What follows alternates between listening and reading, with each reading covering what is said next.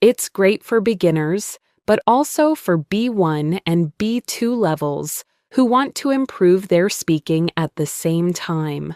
So get comfortable, grab your tea, and listen to us have a nice and interesting conversation. That's right, James. Today's conversation is about learning English. I mean, not learning English in general.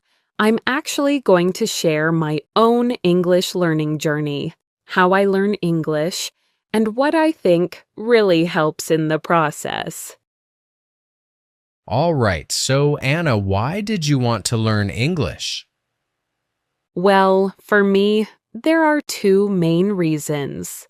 The first is because English is a really good language for communication.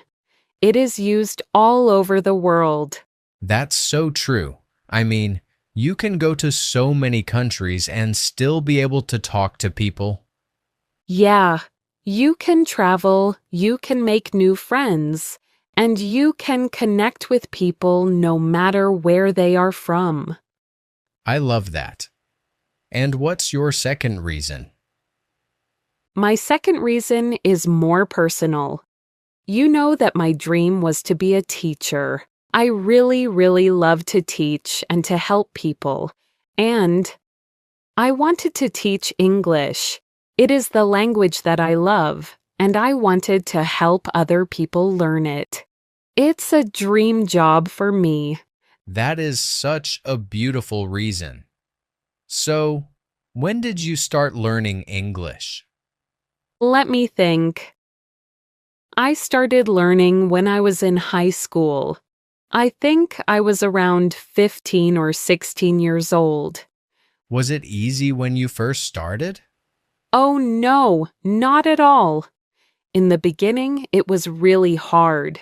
I wasn't good at it. I didn't understand all the rules and the grammar. But I really liked the way it sounded. The way it sounded? What do you mean? Like, I would watch movies and TV shows, and I loved the sound of the English language. Even if I didn't understand everything, it sounded so nice. I was interested in it because of the sound. That's interesting. After I finished high school, I decided that this was what I wanted to do. I wanted to learn it well. I wanted to be good at it. So that's when I started to really study seriously. Okay, so did you learn English at school or did you learn at home? That's a good question. In the beginning, I tried to learn at school. But for me, it was not easy. I am a very shy person. Oh, really? Yes, I have problems concentrating when there are a lot of people in one room. It's just hard for me to focus. So I saw some improvement at school, but I thought it was very, very slow. It was too slow for me. Ah, you mean the improvement was slow. So what did you do? I decided to learn by myself. I learned alone, at home. For me, it was much better. I could go at my own speed, and I could repeat things as many times as I needed to. I was more comfortable that way. That makes a lot of sense.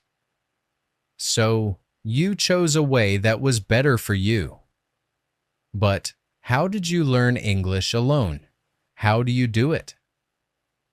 Well, there are many, many ways to learn English by yourself, and I think they all help very well. I also think it's good to try different methods. You know, you should switch between different things. Yeah, that's right. What was your favorite way to learn? My favorite way, the one that I think is really, really useful, is shadowing. Shadowing. Could you explain it to our listeners who might not know the meaning? Of course. Shadowing. It is when you listen to someone speak, and you try to say the exact same thing at the same time. You copy them, You are their shadow. You try to copy their voice, their sound, and their speed. You listen to a sentence, and you try to say it at the exact same moment. In other words, it is listening and speaking at the same time. Yes, exactly. You are copying. It's very helpful because you learn to make the right sounds, and you learn how to put the words together naturally. You learn to speak just like a native speaker. And it is really useful. Could you tell us how do you actually practice shadowing? It is simple. I take a short video or an audio clip, maybe from a TV show or a movie, something with a conversation. First, I just listen. I listen to the conversation one time just to hear it. After that, I listen again, but this time I listen and I repeat. I try to say the words at the same time as the person in the video. As if you are copying them. Yes, exactly. And the great thing is, you can control it. If the video is too fast, you can slow it down. Or you can pause it after every sentence and repeat it. It's a great way to practice because you are copying the sound and the rhythm of a real person speaking. That sounds very helpful. Now tell me, how long do you practice English every day? Is it for 1 hour or like 2 hours? For me, it's not about the time. I don't practice for a long time every day. The most important thing is to do it every day, even if it is just 10 minutes or just 5 minutes. It is much, much better to practice for 10 minutes every day than to practice for 2 hours on Saturday, and then you will feel sick of it and tired. So you do nothing for the rest of the week. That makes sense. Yes, that is the key. You do a little bit every day, and over time you see a big improvement. Besides shadowing, what other things do you practice? Oh, many things. With shadowing, I practice my speaking. But I also practice my listening and my reading. Those are very, very important. For listening, how do you practice? I try to listen to everything in English. I listen to the news. I listen to videos on the internet. At first, it was very hard.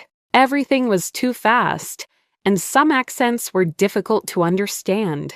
But I just kept listening every day. And did it help? Oh, yes. After a while, my ears got used to it. It became natural to understand everything. It was a slow change, but it really worked. And what about reading? Of course, I also practice reading. I read simple stories in English, and I found that reading out loud helps a lot. When you read out loud, you train your speaking too, and you can improve your pronunciation. It's like 2 types of practice at the same time. That's a great tip. What do you like to read? As I said, I like reading short stories and books that are non-fiction. But I am also really, really interested in self-improvement books. So I read parts of my favorite self-improvement book every day. Not a lot. Maybe just 3 or 5 pages. It's my little practice for the day. That's a great idea. So you learn something new and you practice English at the same time. Exactly. It's good for my mind and good for my English. Now, reading out loud helps with speaking. But how do you stop being shy and awkward when you speak? I think many people feel this way. Oh, you are right. It is a very common feeling. It can feel a little strange to speak a new language, especially when you are alone, and it can feel very scary to speak with other people. So, what did you do about that feeling? I just kept practicing. This is the most important step for me.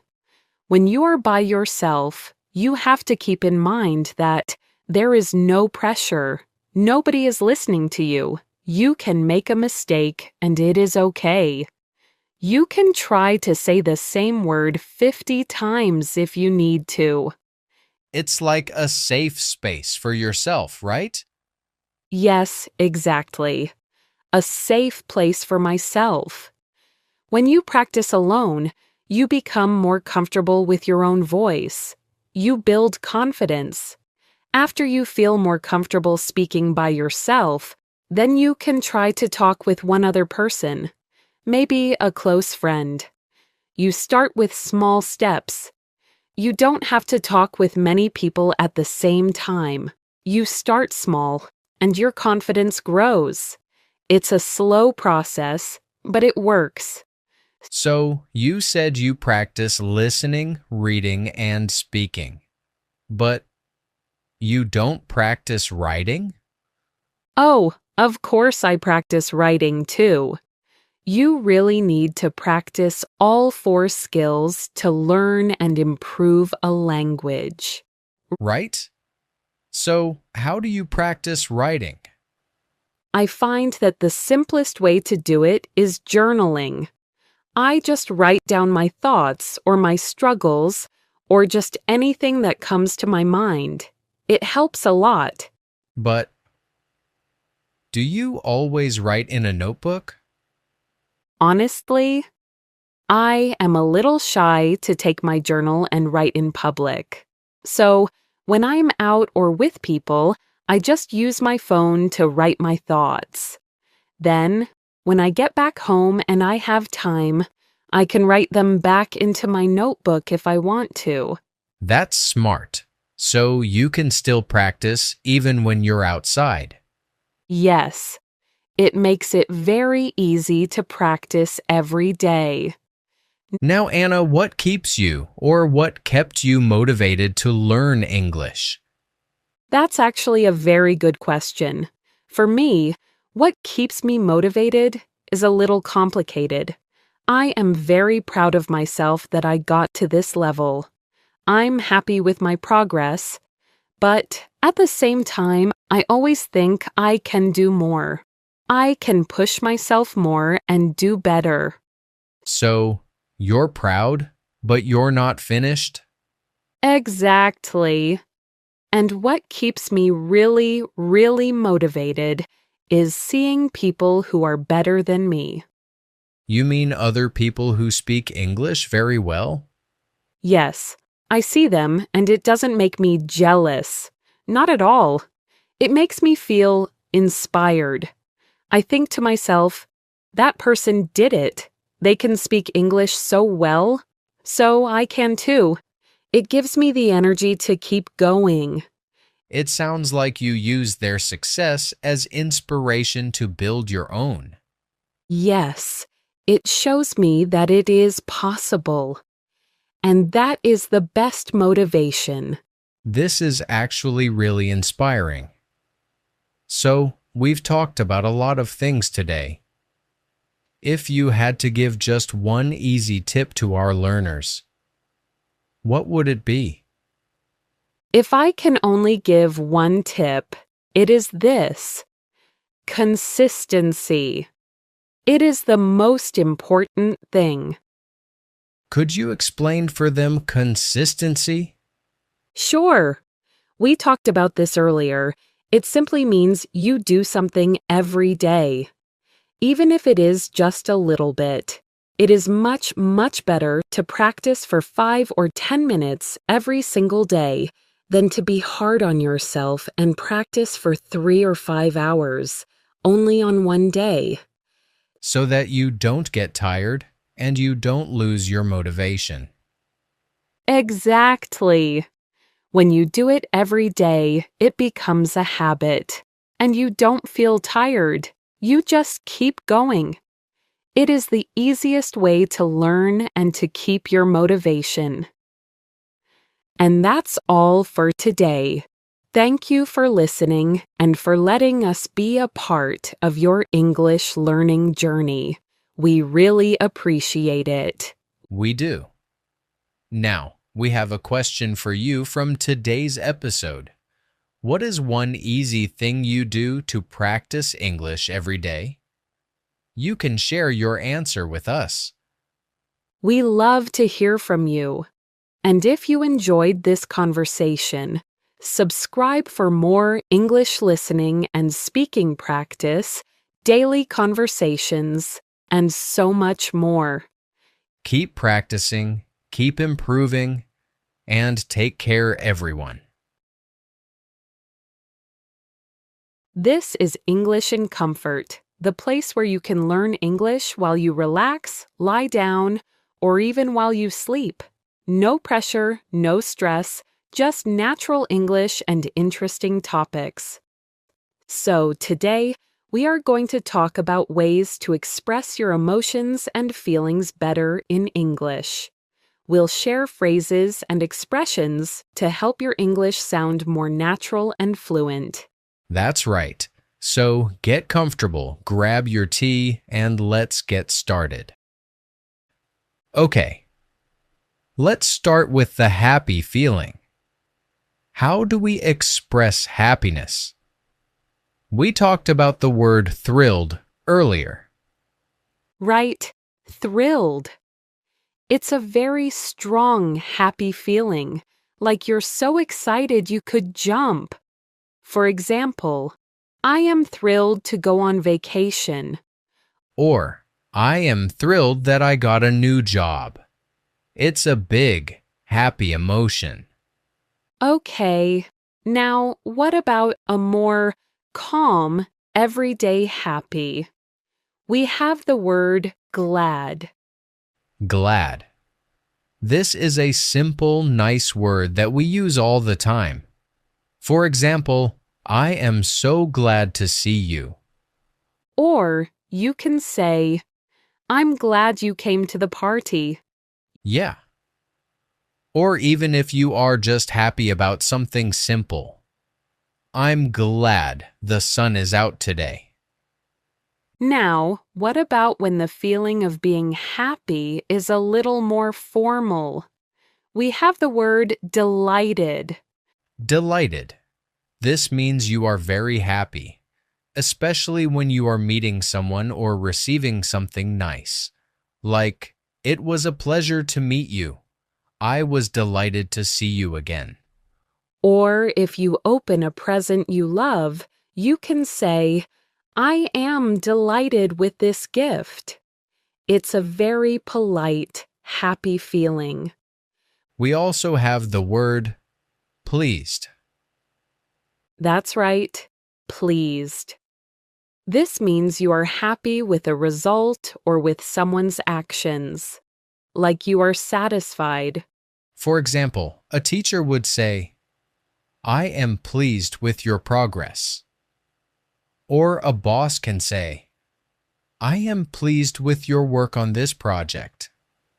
Besides words, we also have phrases to express happiness. That's right. These phrases are also really common. And the first one is, I feel on top of the world. I feel on top of the world. This means you feel extremely happy, like you're standing on the highest mountain and you can see everything. For example, if you get a new job you really wanted, you could say, I got the job. I feel on top of the world. Or, if your favorite team wins the big championship, you could say, we won. I feel on top of the world right now. We also have the phrase, over the moon. Over the moon. It's another way to say you are so happy. You feel like you could jump. Like you're so excited about something. Exactly.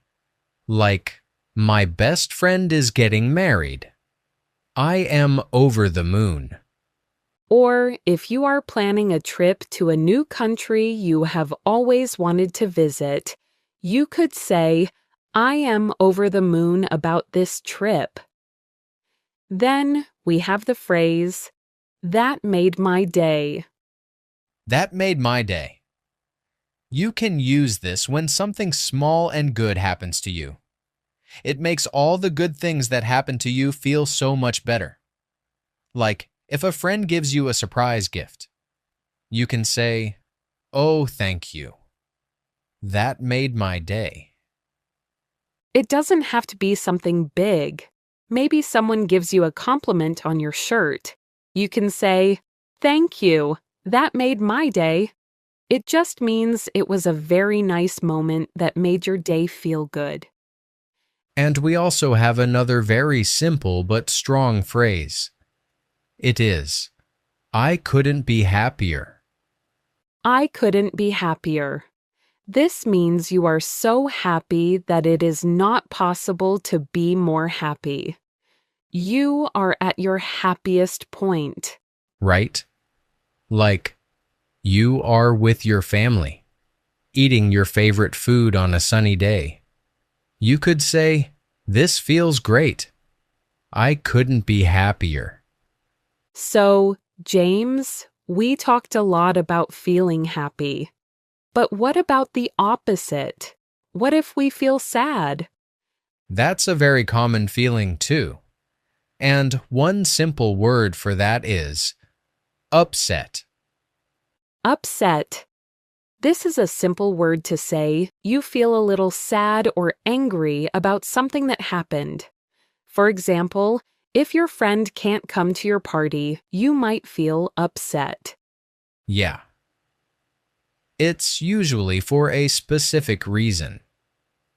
You can say, he was upset because he lost his keys. It's just a feeling of being bothered by something. Okay, what about the word disappointed? Disappointed.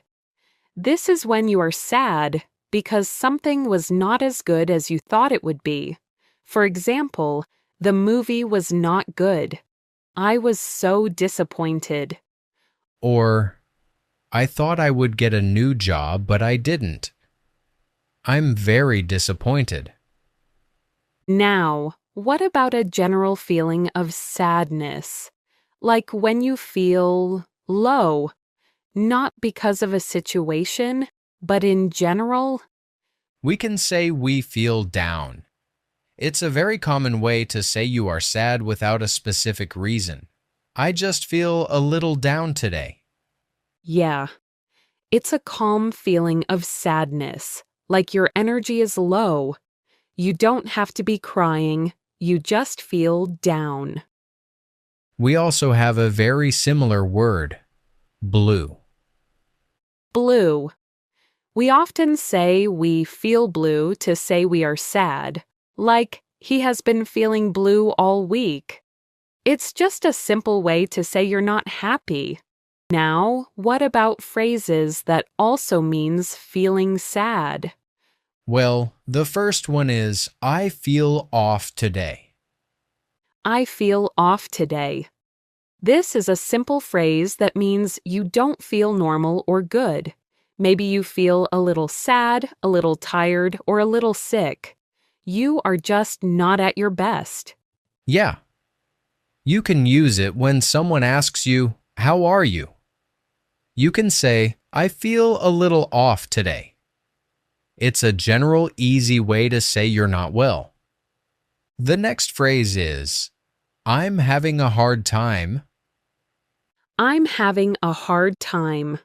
This means you're going through a difficult period in your life. It's not just a single bad day. It can be a hard week, a hard month, or a hard situation. For example, a person who lost their job could say, I'm having a hard time right now. It means their situation is difficult. Or a student with a lot of exams could say, I'm having a hard time studying. It's a phrase you use when things feel difficult. We also have the phrase, I'm down in the dumps. I'm down in the dumps. This is a very strong phrase. It means you are very, very sad. It's a strong sadness, like you have no energy. For example, I didn't get the new job and now I'm down in the dumps. And what about the phrase, have the blues? Have the blues. This is a simple one. It means you're just sad, and maybe you don't even know the reason. We talked about the word blue before, and this phrase is very similar. Yeah, it's a general feeling of sadness. You can say, I don't know why, but I have the blues today. So, these are some common phrases you can use to talk about feeling sad. Now, let's talk about the feeling of being angry. Another very common feeling. Let's start with a small angry feeling. We have the word annoyed. Annoyed. This is when something small bothers you. It's a little bit of anger, not a lot. Like when you hear a very loud noise, you can feel annoyed. Or if someone is late, you might feel a little annoyed. It's not a big problem, but it bothers you. We also have the word frustrated. Frustrated.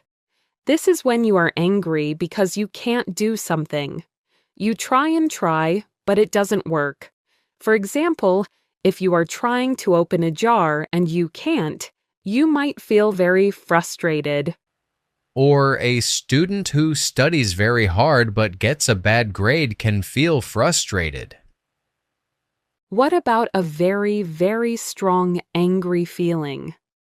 For a very strong angry feeling, we have the word furious. This means you are extremely angry. Yes, furious. You are so angry that you can't be calm. Like, if someone breaks your phone, you might be furious. Or if you lose your money, you would be furious. We also have a simple word, which is mad. Mad. This is a very common word, and it can be a small angry or a big angry. You can be a little mad at your friend. Or you can be very mad at someone who lies to you. Of course, we also have very common phrases to express anger, too. That's right. The first one is fed up. Fed up. This means you have had enough of something. It's usually something that has been happening for a long time, and you are tired of it. You have reached your limit. Yeah. Like a person who has a roommate who never cleans. They can say, I am fed up with this mess. We also have, I'm losing my temper. I'm losing my temper. Your temper is your ability to stay calm. So, if you are losing your temper, you are losing your calm. You are getting very angry and you might start to shout. Right. For example, a parent could say, if you don't listen to me, I am going to lose my temper. Another phrase is, gets on my nerves. Gets on my nerves. Your nerves are part of your body. So, if something gets on your nerves, it means it bothers you and makes you angry. It's very annoying. Yeah, like a very loud noise can get on your nerves. Now, let's talk about the feeling of being afraid. Let's start with the word anxious. Anxious. This is when you feel worried or nervous about something that might happen. Exactly. Like if you have a big exam tomorrow, you might feel very anxious. You're not scared, but you are worried about the result. What about the word uneasy? Uneasy. This means you feel a little bit worried and not comfortable in a situation.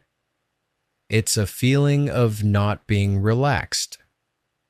For example, if you are in a new place and you don't know anyone, you might feel a little uneasy. You just don't feel completely comfortable. There is also the word tense. Tense. This word is about a feeling of stress that you can feel in your body. When you feel tense, your muscles feel tight because you're worried or angry. Right? Like before a big meeting, your shoulders might feel very tense. Or if you are waiting for a very important phone call, you might feel tense. Now, let's look at some phrases to use when we feel afraid or worried. The first one is, I'm on edge.